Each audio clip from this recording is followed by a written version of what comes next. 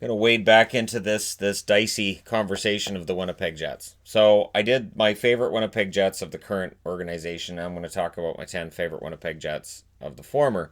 Now, as Jets fans, if you're watching this, that means I'm ranking 20 Winnipeg Jets overall. But there's still that argument about, hey, you can't do that because Arizona doesn't have the rights and blah, blah, blah. But if you look through the official NHL books, it will show you the Winnipeg Jets became the Arizona Coyotes. And it happened. And nobody's saying it was the right thing. I'm not saying it was the right thing. It upset me too when it happened. I was mad at Arizona for years. But still, those players that were Winnipeg Jets moved to Arizona. Now, if Arizona had bought a team and the Winnipeg Jets players had been dispersed through the rest of the league and actually hadn't gone to Arizona, you had some weird setup where Arizona's basically getting an expansion team, then I can understand that these two wouldn't be the same. But there are players on this list who are on that list. Or players on this list who played for that team and players on that team who played for this team as well. There is a large crossover. Keith Tkachuk's an example. Teppo Nummannen's an example of players who played for both. And so when I'm making up the list, I'm going, well, which one do I recognize them as more, a Winnipeg Jet or an Arizona Coyote? So for me, it was a matter of the team moved. The example, of course, people say, well, what if the Canucks moved and then another team came to Vancouver? Well, A, I would hope they're not named the Canucks. And B, it's a different team. It's fine. It'd be like if the NBA said we're bringing basketball back to Vancouver. All right. Call them anything but the Grizzlies. Let's get something else going because the Vancouver Grizzlies weren't very good. So, and Memphis still uses that name, even though I don't think there's a grizzly bear in Memphis that's not in a zoo. But again, Utah doesn't have Jazz either, so, it's sort of a basketball thing, or LA with lakes, and I'm starting to get into basketball conversation here, so we'll just start things off now, okay? So, while there may be people who don't think these two belong together, to me, when I'm making up a list of my favorites, yeah, they kind of do. So I'll go with number 10. I'll start with the Jets. Number 10 on the Jets list, I will go with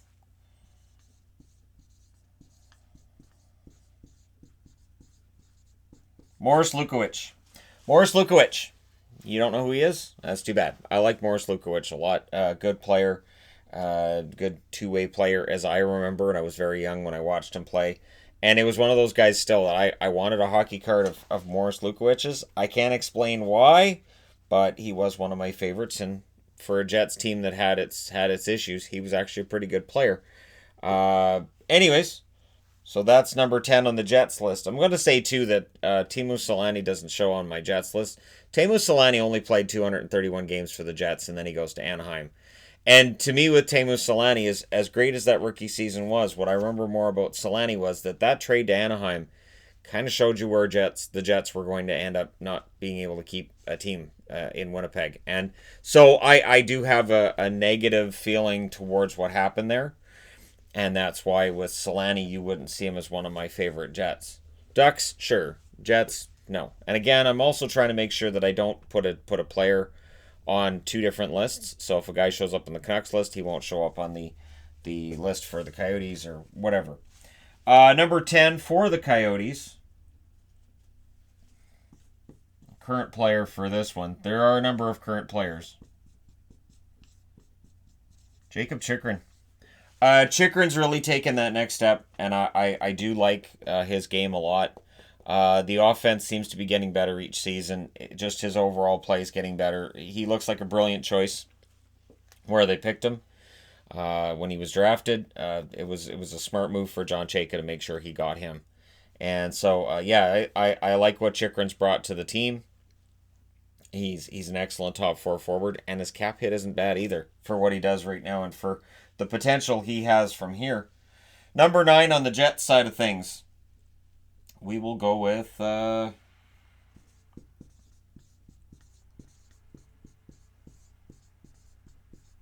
Freddie Olsen. Freddie Olsen, excellent offensive defenseman. Ended up going to Anaheim. It's kind of too bad because I liked Olsen a lot on the blue line for the Jets. And yeah, just great offensive blue liner and a solid European player. I liked Olsen a lot. That's basically what I got for that one. I liked Olsen. You go, is this that's the kind of insight people tune into my channel for, right? Yeah, that's right. Number 9 on the Arizona side of things. Uh, he's gonna end up higher, but I can't have him higher right now because he hasn't been a Coyote for that long. But I love Nick Schmaltz. I love Nick Schmaltz in Chicago. He is, I think, worth every penny they're paying him. It's a bit of a rich contract that he's got from here, but I have faith that Nick Schmaltz can live up to it. Pretty solid forward all around. I did like him a lot in Chicago. I was really surprised when Chicago moved him, and he's not the only former Chicago Blackhawk that's on the Arizona side of this board. Number 8 for the Winnipeg Jets. I'll go with this. This is actually a twofer because it was just such a good story. Pokey and the Bandit. So both of them, Bandit Berthiaume and Pokey Reddick. Daniel Berthiaume, Pokey Reddick. Really, honestly, that 1 year for Winnipeg where they were the 1-2 punch and they were both really good. It was a great story. It was too bad that it kind of petered out after that. But it was a great story at the time. And so for that reason, I look at the two of them and I go, you know what, that was a lot of fun. I've done history videos where I've talked about that tandem. And I've talked about the Winnipeg Jets and their ongoing efforts to try to get into the realm of contenders. And that goes with these Jets. That goes with the current Jets as well. I think the current Jets have done a better job than the original Jets did.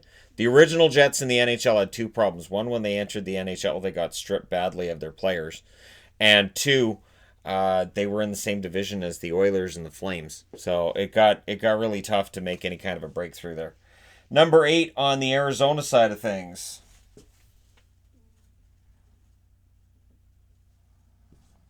I'll go with the other Blackhawk. So as much as I like Nick Schmaltz, I also love Vinny Hinostroza. I was really surprised that the Coyotes picked him up and that the Hawks didn't keep him around. I think Vinny Hinostroza is excellent in every situation. I think he's just, he's sort of what you'd call a Swiss Army knife type player, that any situation you need him in, he can play it. He's never going to be a 60, 70 point player. He's never going to be a guy who, is an all-star. I can't see him going to an all-star game, but you know what? He's a guy who gives an honest effort every night, and he's been one of my favorite players since they debuted for Chicago. And I remember that one period there where Chicago had to use him a lot, and he played really, really well. And still, there were a lot of Hawk fans that would tell me, well, no, he's not really that good, so you're just overrating him. And I was like, are we watching the same guy? So in Arizona, he's really, to me, shown that my faith in him was correct.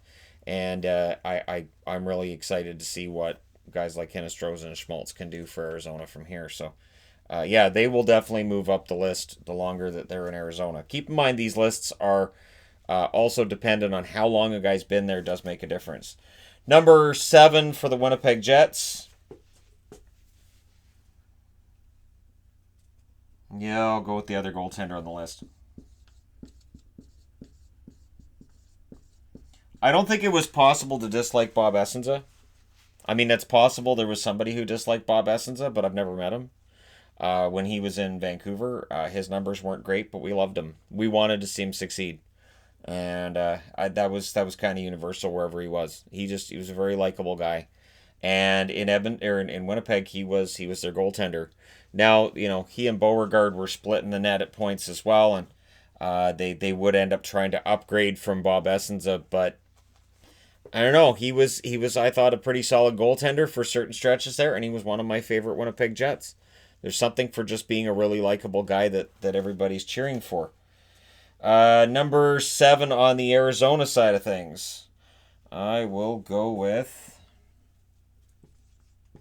This is also a current Coyote.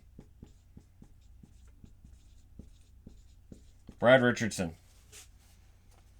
Brad Richardson, not flashy. He led the team in goals last year. That was weird. He didn't get there this year, but he did start scoring in the second half, and I would imagine he comes back to Arizona next year. And really, overall, a very solid player. I've always liked his work ethic. I wasn't happy when the Canucks lost him. I was excited when the Canucks got him.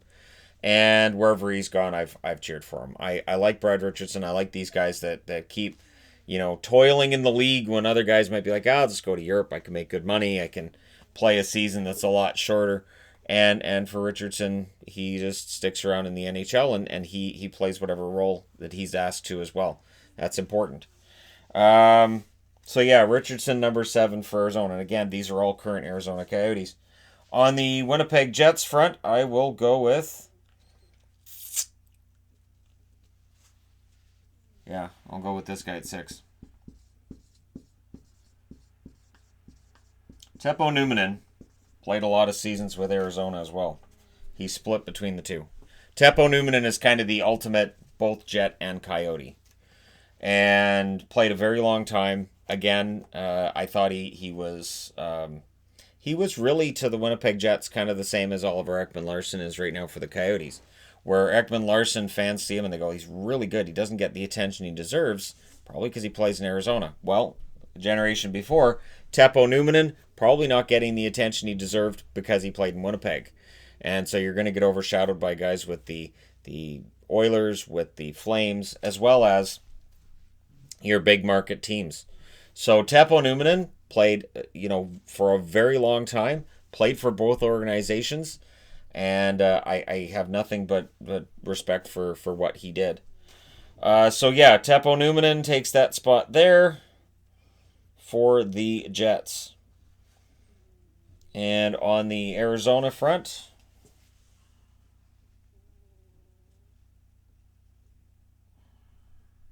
yeah, I'll go with him at number 6. Mike Smith. Mike Smith, when he went to Arizona from Tampa, it was really kind of looking like his time as a starter was probably not very long. Like he looked like he was probably done as a starter. His time in Tampa was disappointing for the most part, and I think it was both the team in front of him, and I think there were parts of his game he had to work on. And he goes to Arizona, and he played very, very well. Became an all-star with the Arizona Coyotes, and he played there for a good long time. And Breeze Galov might be the one that everybody talks about and loves, but I would go with Mike Smith. And I believe Mike Smith he's one of 2 goaltenders on the list. I don't have Darcy Kemper on the list, although Kemper's been excellent. I don't have him ahead of Chychrun for me. And yeah, so for me, Smith has been fantastic, really, really fantastic. Now, of course, he's playing pretty well for the Oilers.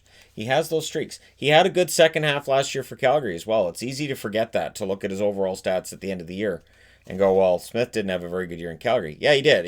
The first half was kind of poor, but second half he was excellent. He was ahead of Riddick. That's why he was the starter in the playoffs. Number 5 on the Winnipeg side of things.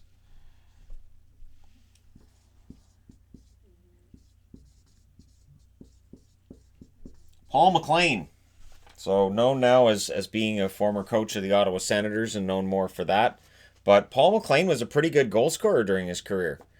And he was pretty darn good for a Winnipeg Jets team that, again, didn't necessarily get the amount of respect or attention that they should have. McLean, also one of the best mustaches in the business.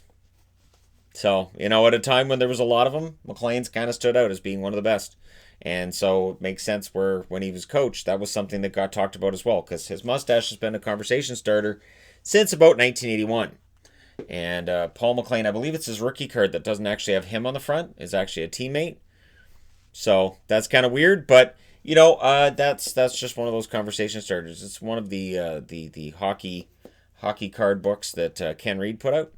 So yeah, Paul McLean, pretty solid all around player for the Winnipeg Jets, and known now more as the Walrus comments from Ottawa, right? Number 5 on the Arizona side of things.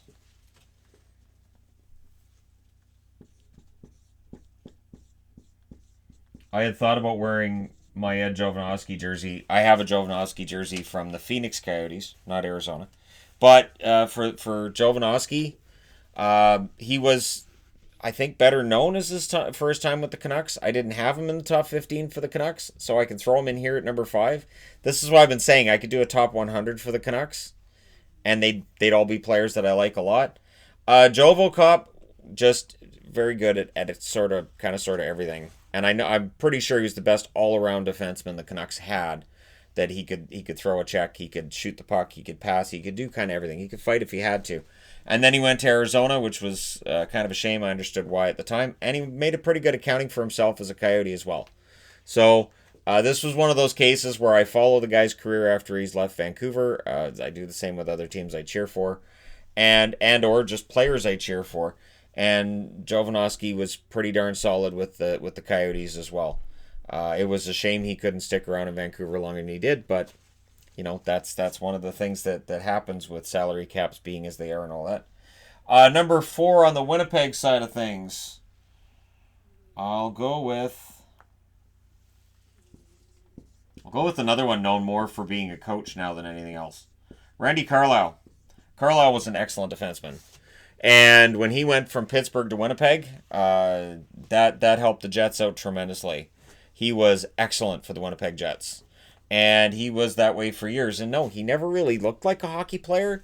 I don't think you'd see him in regular street clothes and go, hey, you've got to be a hockey player. But still, he was just really good at what he did. And he was good for a long time.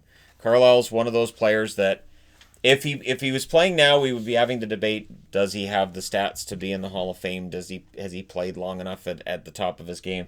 But yeah, he was in the Norris conversation a couple of times, both as a Jet and as a Penguin. So he was an excellent defenseman overall, and he was one of my favorites with the Jets. Honorable mention to Phil Housley, who I just felt he didn't play as long with the Jets as some of these guys, and he wasn't necessarily one of my favorites, and Housley went all over. He'll end up being one of my favorites for the Buffalo Sabres, I know that, but with the Jets, he wasn't there as long. He played forward for the Jets, too, though, so that was an interesting thing about Housley. Number 4 on the Arizona side of things, I'll go back to goaltenders.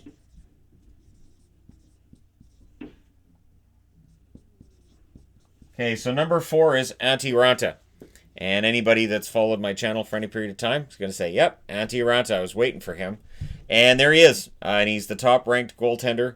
I've liked Raanta really his whole career. I think he can be an excellent goaltender. I'm still waiting on him to get like an uninterrupted run as a starter, an injury-free season. We're all waiting on an injury-free season from Raanta. I don't know if it happens, but hey, we can all hope.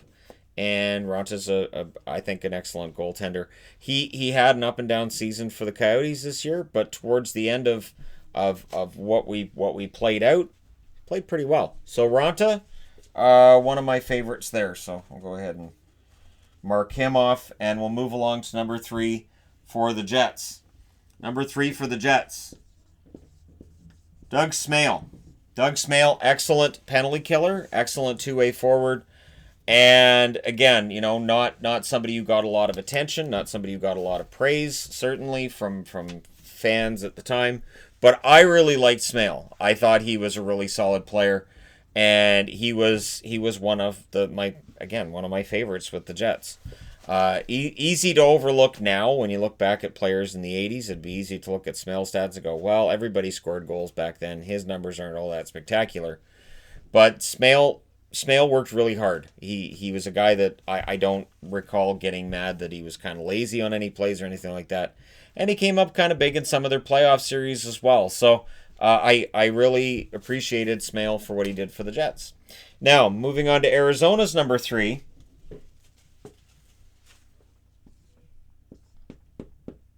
Don't need to write it out. OEL, Oliver Ekman-Larsson. Been excellent for them for a long time. And again, like I said, Numminen for the Jets was a guy who might have got more attention elsewhere. Oliver Ekman-Larsson, likely if he played in a I don't want to say bigger location, but just if he played in a more prominent organization, I think he'd probably get more votes for Norris. I think he'd get more consideration. But he's been excellent for Arizona for a long time. Very consistent, reliable. And I think if he gets a shot at the playoffs, I think if the Arizona Coyotes make the playoffs, Ekman-Larsson could very quickly garner a lot more attention. Think like last year, Carolina with Jacob Slavin. Slavin plays 15 games, gets 11 assists, and people suddenly realized, hey, this Slavin guy's a pretty good player. Ekman Larsson has a higher profile than that, but I still think he gets underrated by fans who don't get to watch him regularly. So yeah, Ekman Larsson, number 3 on that list. Number 2 on the Jets list.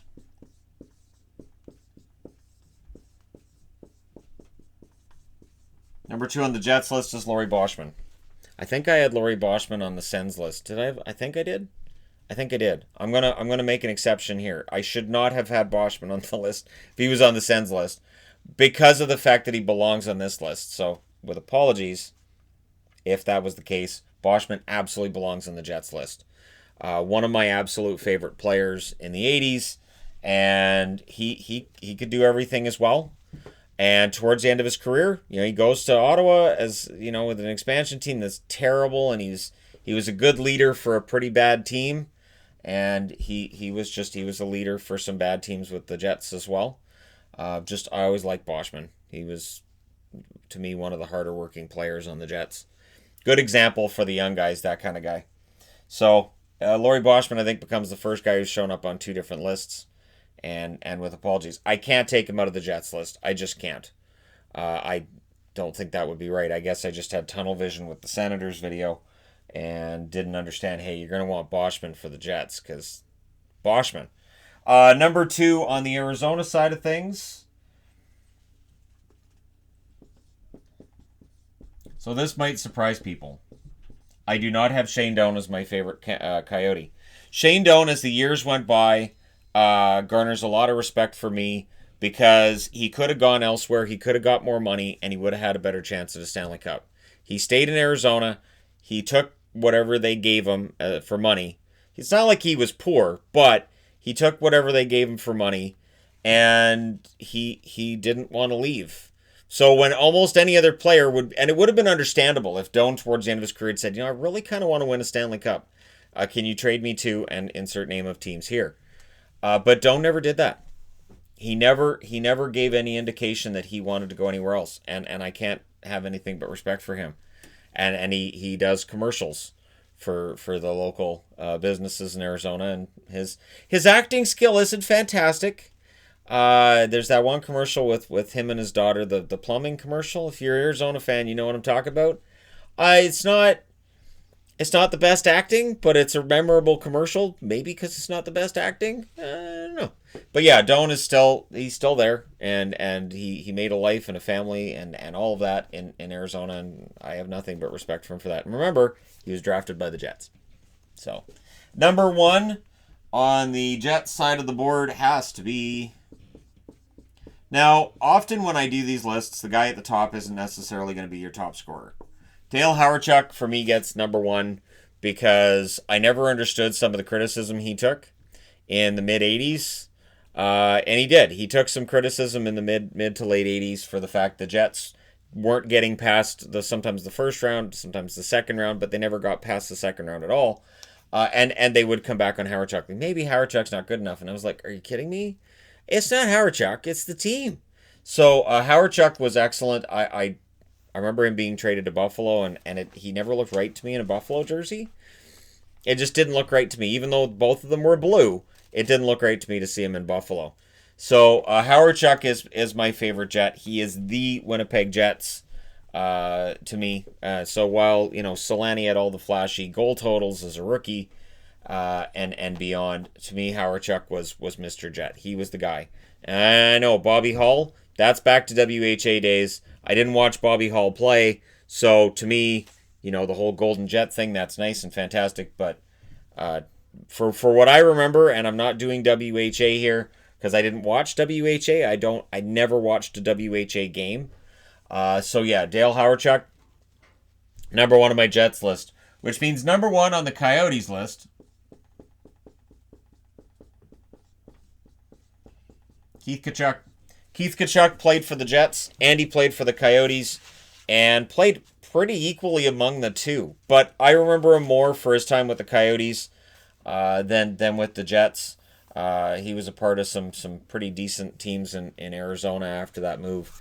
And, again, pretty memorable in that the team goes to Arizona. and you're trying to build a fan base there, and it's an effort that's still ongoing. I don't think it's as bad as some people portray it to be. It's not as rosy as the NHL sometimes portrays it to be. The truth's somewhere in between. But Keith Tkachuk, really prominent guy for those early Arizona Coyotes, and I loved his work ethic. The toughness was there. The goal scoring was there. Everything was there.